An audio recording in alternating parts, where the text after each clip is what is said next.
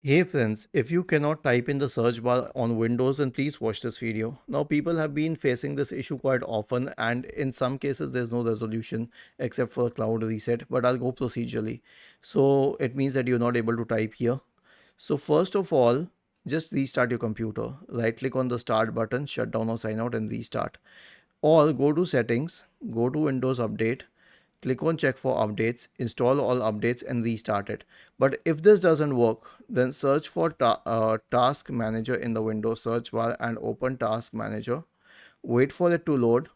When it loads, you'll notice a Windows Explorer process here. Right click on it and then select restart. The screen will flicker for a while, that is normal, and once it's back up, you will be able to access the search. But if this doesn't help either, then the last solution will be a system restore. Okay, so search for recovery in the Windows search bar and select recovery. Click on open system restore. Select choose a different restore point.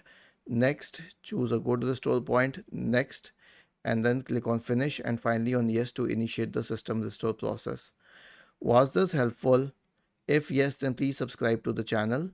If not, then let us know in the comment section of the video on how we could help you further. Thank you for watching this video and have a nice day.